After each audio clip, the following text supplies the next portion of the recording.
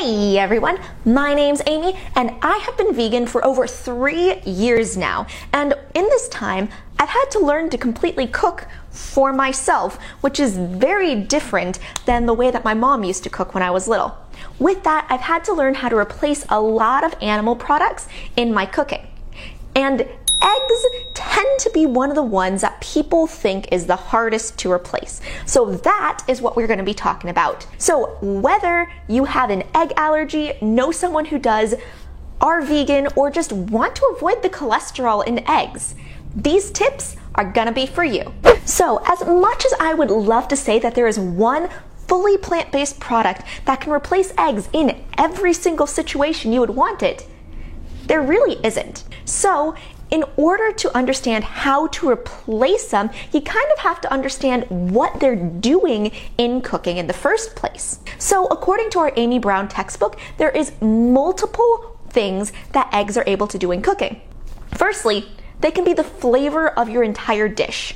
They can also bind, emulsify, leaven, provide color, provide moisture, and can even foam up to potentially help with leavening and other things. So we're gonna break down each of these. So firstly, what do you do if eggs are pretty much the entire dish? Are there egg-free omelets and egg-free frittatas? Actually, yes. And the main way that these are done is by using either tofu or chickpeas. So both of these things kind of have a little bit more of a neutral flavor, but especially in the case of tofu, you actually wind up with a texture that's very similar to that of scrambled eggs, which makes it perfect for doing things like tofu scrambles or even vegan frittatas.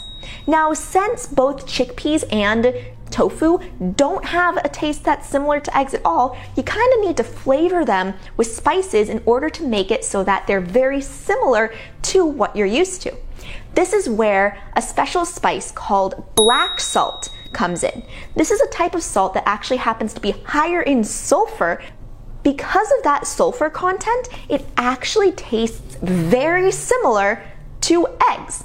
Adding a 1/4 teaspoon of this to a tofu scramble can actually suddenly make your tofu taste very eggy. And with a little bit of turmeric, you can add quite a bit of color to it as well, so it's not just eggy tasting, but also is yellow. Another thing that eggs do in cooking is they can bind. Eggs are made of multiple different types of proteins that when heated together are able to coagulate and pull together food. So often eggs are used this way to pull together things like quick breads or even as part of a batter that you can put on food before frying it. So plant-based alternatives for this include several things, one of which is flax seeds and chia seeds. So we've worked with these in class before. So flax seeds in particular actually have the ability to release a gel when they come in contact with water of a certain temperature. According to one study I was looking at, it needs to come in contact with water that is at least 40 degrees Celsius in order for the gel to be released. And the gel will actually get stronger from there as the temperature increases, creating a binding effect within the food. The ratio for flax seeds to water in order to make what's called a flax egg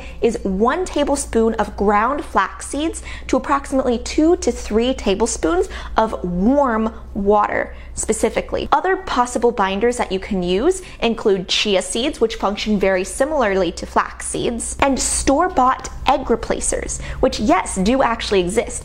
These typically tend to be made of fibers and baking soda and other sorts of things that are able to try to mimic as much as possible the functions of an egg in cooking. They are really easy to use because they actually are neutral flavored, so you can use them in a wide variety of different dishes. For the egg replacers, every single one of them has different instructions listed on the package, so as long as you follow that, it should work out properly. Another thing that eggs can do in cooking is they can emulsify water and fat to create a colloid.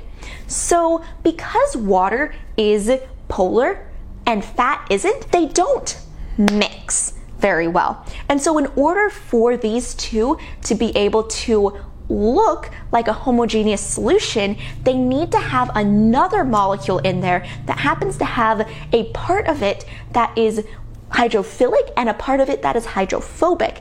And that is where eggs come in.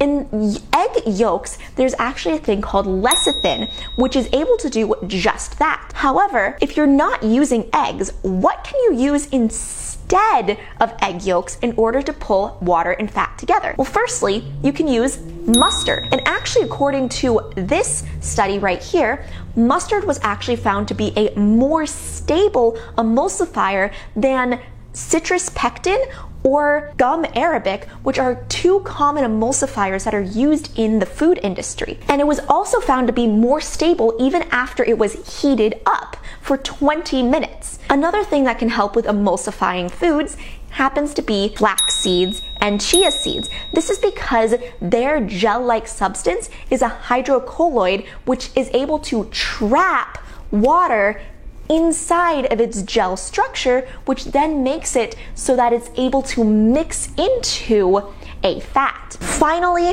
let's talk a little bit about aquafaba. I'm going to talk a little bit more about this later, but aquafaba happens to be the brine from a can of chickpeas, and it has some really interesting properties. In certain recipes, eggs are used as the main leavening ingredient in order to bring at least a little bit of rise to a recipe. This is often seen in recipes like pancakes, where a person can whip those egg whites to provide more of a structure for being able to provide that lightness.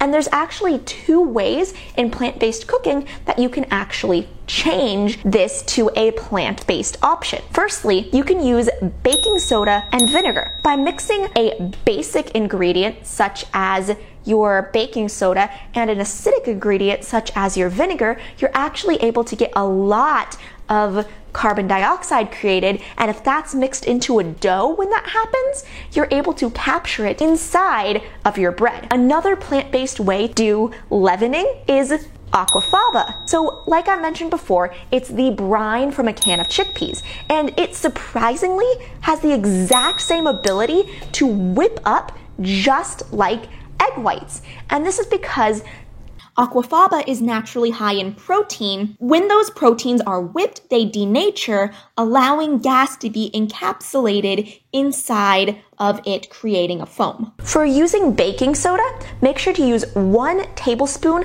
of vinegar with 1 teaspoon of the baking soda. And if you're using aquafaba, 3 tablespoons is equivalent to 1 egg. Another thing that eggs can do in a recipe is they can provide moisture to baked goods. Firstly is fruit or vegetable puree.